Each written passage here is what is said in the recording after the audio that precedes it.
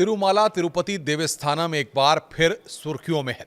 जिस तरीके से पिछले वक्त में नकली घी और प्रसाद को लेकर के और दान चोरी को लेकर के तमाम बातें निकल करके सामने आई थीं और उस वक्त भी तिरुपति में पंडितों ने, आचार्यों ने और तमाम तरह के रिएक्शंस सामने आए थे। एक बार फिर यहाँ पर अब जो मामला निकलकर सामने आया है वो 2015 से लेकर 2025 के बीच का है, जिसमें दुपट्टों की सप्लाई को लेकर के एक बड़ा मामला निकलकर सामने आया है और इसकी जांच की बात कही जा रही है।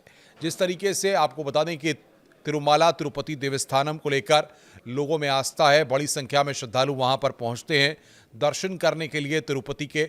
और ऐसे में वहां पर जिस तरीके से नकली घी को लेकर के पहले पूरी तरह से मामला गरमाया रहा था और उसको लेकर के भी कई तरह की जांच और तमाम बातें कही गई थी। उसके बाद कई नियम कानून बदले भी गए और वहाँ पर कई तरीके से जांच पड़ताल की बात कही गई थी। उसके बाद जिस तरीके से दान चोरी की बात सामने आई थी कि जो दान लोग वहाँ पर मंदिर में करते हैं उसकी चोरी की गई है, ऐसी बातों के बाद भी वहाँ पर जो प्रबंध तंत्र था उसके द्वारा पूरे मामले पर सफाई दी गई थी और पूरे मामले को साफ किया गया था।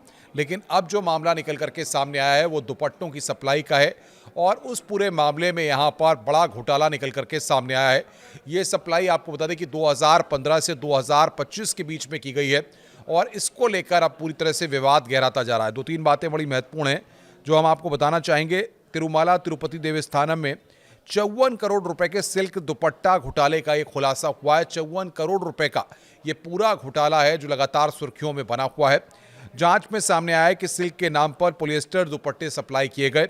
इससे पहले भी जिस तरीके से कई मामले निकल करके सामने आए हैं और सतर्कता विभाग की जांच में इस बात का खुलासा हुआ, यानी कि जो जांच की गई है उसमें इस बात को पाया गया है कि 2015 से लेकर के 2025 के बीच में जो दुपट्टे सप्लाई किए गए थे वो गलत तरीके से सप्लाई किए गए थे और सिल्क के नाम पर पॉलिएस्टर के दुपट्टे यहाँ पर सप्लाई किए गए थे जिनकी कीमत करोड़ों में वसूली गई है।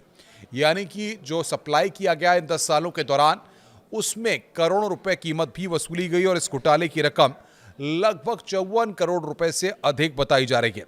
एक ठेकेदार ने करीब 15,000 दुपट्टे के पीस प्रति पीस 1,389 रुपए के हिसाब से उसने दिए और दावा किया कि ये सिल्क के दुपट्टे हैं। जबकि जो बात जांच में निकल के सामने आई है कि ये पॉलिएस्टर के दुपट्टे हैं और ऐसे में तिरुमाला तिरुपति देवस्थानम में सिल्क के दुपट्टे सप्लाई करने के नाम पर पॉलिएस्टर के दुपट्टे सप्लाई किए गए और दुपट्टा घोटाला यहां पर सामने आया। लेकिन जांच के दौरान सैंपल जब सेंट्रल सिल्क बोर्ड सहित 2 लैब्स में भेजे गए तो रिपोर्ट में स्पष्ट हुआ है कि दुपट्टे असली रेशम से नहीं बल्कि पूरी तरह पॉलिएस्टर से बने गए थे। और ऐसे में अब इस पूरे मामले की जांच एसीबी को सौंपी गई है। इस मामले पर प्रतिक्रिया देते हुए TTD Tirumala Tirupati Devasthanam chairman BR Naidu ने कहा है कि हमें खरीद विभाग में कुछ अनियमितताएं मिली हैं। इस पर गंभीरता से संज्ञान लेकर हमने इस पूरे मामले की एसीबी को जांच सौंपी गई है।